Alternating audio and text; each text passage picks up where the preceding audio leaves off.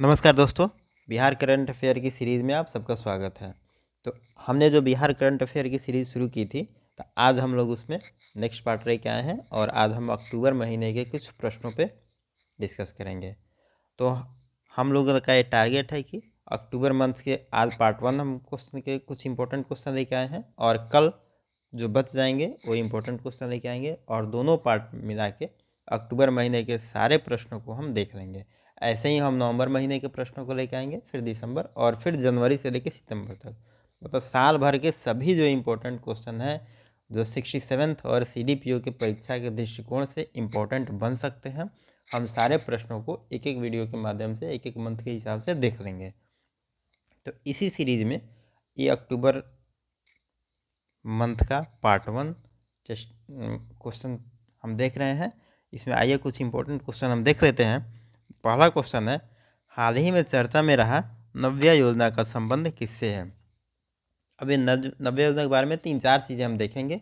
सबसे पहले चीज़ हम देखते हैं कि ये तो है बिहार सरकार की योजना है, बिहार सरकार की योजना है। दूसरा चीज़ हम देखते हैं कि इसको लॉन्च किया है बिहार के जो स्वास्थ्य मंत्री हैं मंगल पांडे जी ने। मंगल पांडे ने इसे लॉन्च किया है। और तीसरी चीज़ है कि इसे 2 अक्टूबर को इन्होंने 2 अक्टूबर 2021 को लॉन्च किया है। कभी कभी ये डेट आता भी है, बीपीएससी ऐसा पूछा हुआ है क्वेश्चन कि फलाने योजना को किस दिन को लॉन्च किया गया, और 3-4 ऑप्शन आ जाते हैं। तो इतना फैक्चुअल बीपीएससी पूछता है, और 2 अक्टूबर तो वैसे ही इंपॉर्टेंट हो जाता है। ठीक है, तो ये हो गया। अब नव्या योजना है किस लिए, तो सर्वाइकल कैंसर के लिए। भारत में अगर टोटल कैंसर के मरीज को देखा जाए तो उनमें 33% जो केस है वो सर्वाइकल कैंसर का है।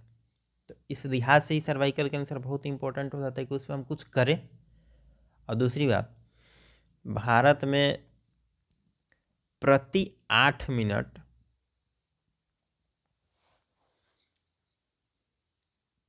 पर एक औरत की मौत सर्वाइकल कैंसर से हो जाती है। तो इस लिहाज से भी बहुत इंपॉर्टेंट है कि सर्वाइकल कैंसर पे कुछ काम किया जाना चाहिए। और एक और चीज़ इसमें देख लेते हैं, WHO का लक्ष्य है कि 2030 तक हम इस बीमारी पे नियंत्रण करेंगे। ठीक है, तो 3-4 चीज़ हमने देख लिया। अब इससे कोई भी क्वेश्चन आएगा तो हमसे नहीं छूटेगा। नव्या योजना मेरा कंप्लीट हो गया।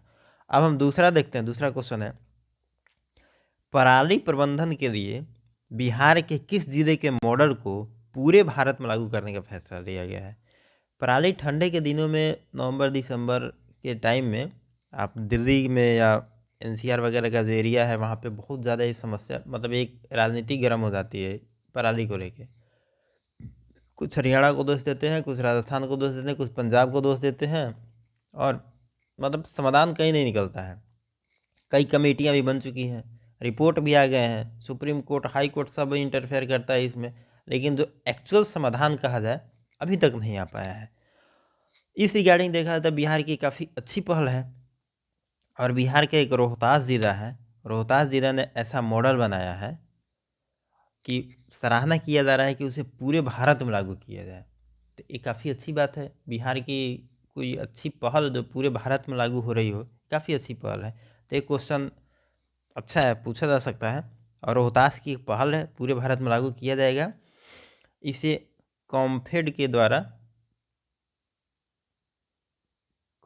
द्वारा लागू किया जाएगा। और ऐसा टाइप का कोई भी क्वेश्चन बिहार में आए ना, अगर ऑप्शन में कुछ नहीं पता चलता हो तो बिहार कृषि विश्वविद्यालय तो मार ही दीजिए, क्योंकि वो मैक्सिमम सही होता है। जैसे भारत का है ICAR, बिहार का वही है बिहार कृषि विश्वविद्यालय। ठीक है, इससे फायदा क्या होगा कि पर्यावरण को कम नुकसान होगा। ठीक है, और दूसरा फायदा होगा कि जो किसान हैं वो अपने पराली को बेच देंगे दूसरे को, और वो पराली खरीद के वो चारा ब्लॉक उससे बनाया जाएगा, और वो चारा ब्लॉक बना के वो जो दूध समिति है, डेयरी की समिति है, उनको बेचेंगे और वहाँ पे काम होगा उसका। तो एक पराली का हम दूसरे तरीके से उपयोग कर सकते हैं, और जो प्रदूषण था उससे हम बचा रहे हैं, प्रदूषण को बहुत कम कर रहे हैं। तो ये काफ़ी अच्छा इनिशिएटिव है बिहार सरकार का, मतलब बिहार सरकार का नहीं कहेंगे, ये रोहतास जिला का है। ठीक है, चलिए दूसरा क्वेश्चन हो गया। अब तीसरा क्वेश्चन देखते हैं। बिहार में एड्स समाप्त करने का लक्ष्य रखा गया है। ये तो सबको ही पढ़ता है कि WHO कब रखा है, भारत सरकार कब रखा है, लेकिन ये है बिहार में, तो बिहार का भी इम्पोर्टेंट है। तो बिहार में 2030 तक का लक्ष्य रखा है कि एड्स ख़त्म करने का। ये फैक्चुअल है, और ऐसे क्वेश्चन आते हैं। 2-3 साल पहले का हम क्वेश्चन अभी देख रहे थे, उसमें पूछा था कि एड्स दिवस कब होता है, एड्स दिवस कब होता है, तो 1 दिसंबर। तो ऐसा क्वेश्चन जब आ सकता है तो ये भी आ जाएगा। मतलब हम किसी भी क्वेश्चन को छोड़ने वाले मूड में नहीं है, सारे क्वेश्चन को हम लोग देखेंगे और अच्छे से करेंगे उसको। फिर अब चौथा क्वेश्चन देखते हैं। ग्रामीण विकास विभाग ने जारी रैंकिंग के अनुसार बिहार में PM आवास और मनरेगा के तहत रोजगार मुहैया कराने में प्रथम स्थान किस जिला को मिला है?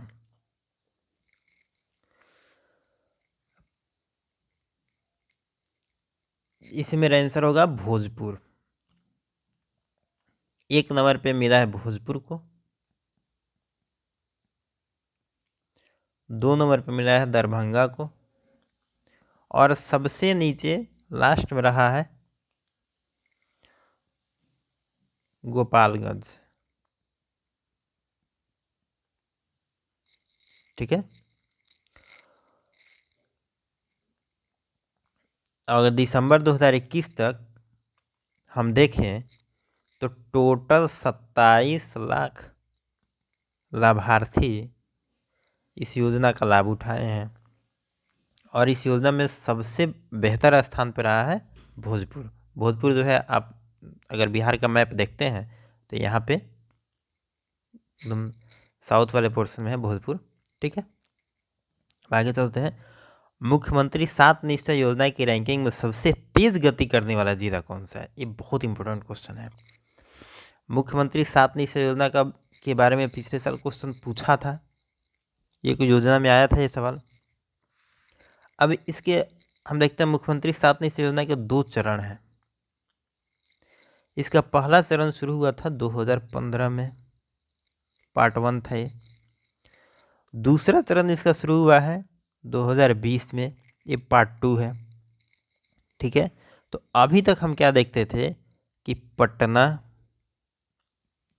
और नालंदा, ये दोनों इसमें हमेशा टॉप पे रहते थे। लेकिन इस बार क्या हुआ है कि ये दोनों पीछे चले गए हैं, और सबसे तेज प्रगति करने में आया है सुपौल। पिछले साल इसको मिला था रैंक 32, और इस साल इसको मिला है रैंक 15। मतलब टोटल देखा है तो 17 रैंक का इसमें वृद्धि हुआ है। तो इस लिहाज से हम कह सकते हैं कि सबसे तेज गति करने वाला, सबसे तेज विकास करने वाला मतलब जो जिला बना है वो सुपौल बना है। ठीक है, अब छठा क्वेश्चन है। हाल ही में 2020 में आयोजित टोक्यो पैरा ओलंपिक में ऊंची कूद में किसने कांस्य पदक जीता है?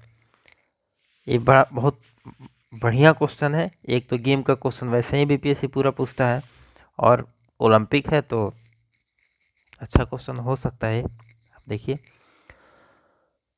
टोक्यो पैरा ओलंपिक में ऊंची कूद में जीता, ये है शरद कुमार। शरद कुमार अभी कहाँ के रहने वाले हैं? ये मुजफ्फरपुर के रहने वाले हैं, ये मुजफ्फरपुर के रहने वाले हैं। इन्होंने ऊंची कूद में इन्होंने ब्रॉन्ज मेडल जीता है, इसे कहते हैं कांस्य पदक जीता है। ये पैरा ओलंपिक है, मतलब ये थोड़े ये विकलांग है। जब 2 साल के थे तो इनके कोई नकली पोलियो दवा इनको खिला दिया था कहीं कोई, जिससे इनके पैर में लकवा मार दिया। तो ये इसीलिए पैरा ओलंपिक में भाग लेते हैं, और इन्होंने कांस्य पदक जीता। और इसी से रिलेटेड एक और क्वेश्चन है। प्रमोद भगत जो है, प्रमोद भगत ये बैडमिंटन खिलाड़ी है।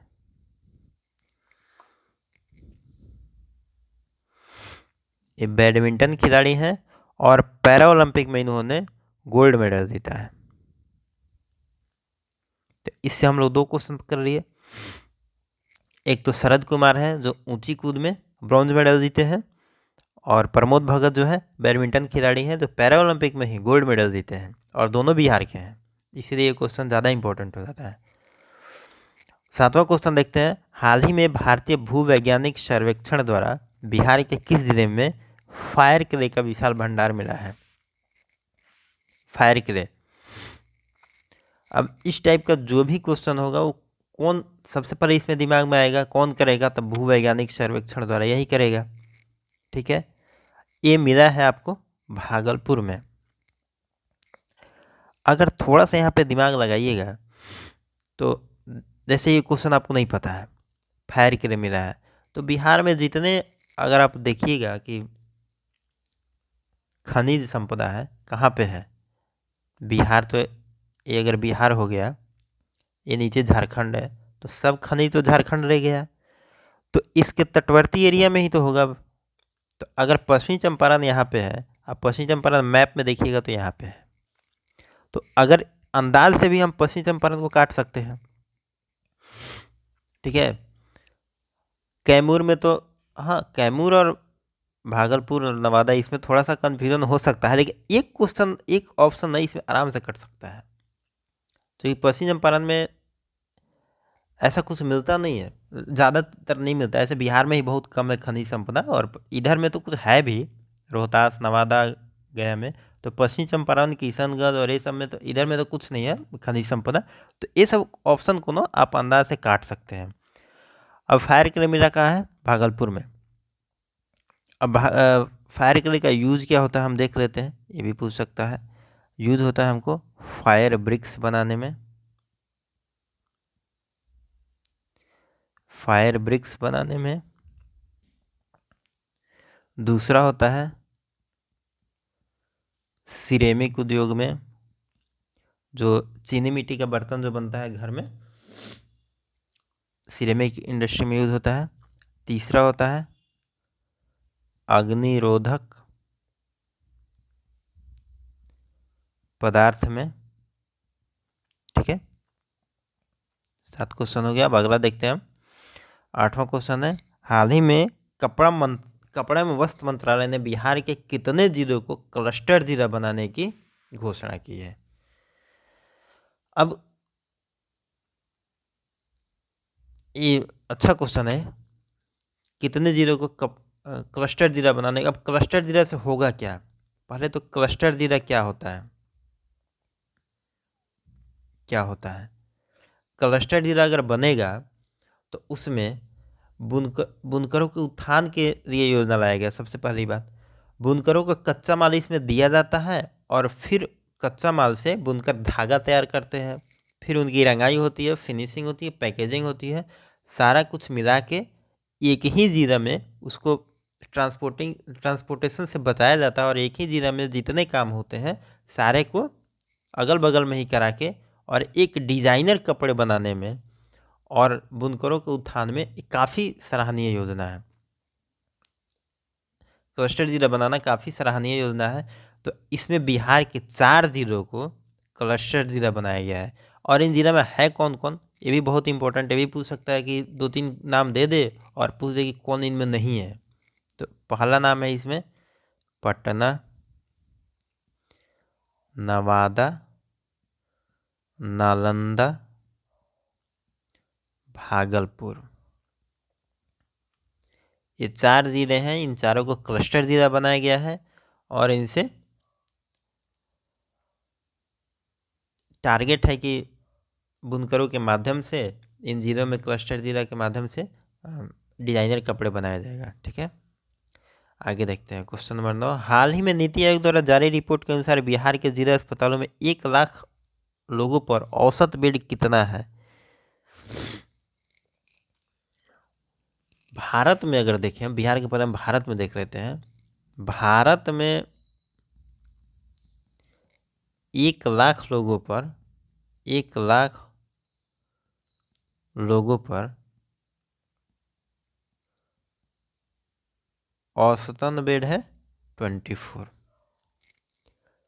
लेकिन बिहार में ये आंकड़ा हो जाता है 6। अब सोचिए बिहार की स्वास्थ्य की स्थिति कितनी खराब है। भारत की तो ऑलरेडी खराब है 24, बिहार की इससे भी खराब है 6।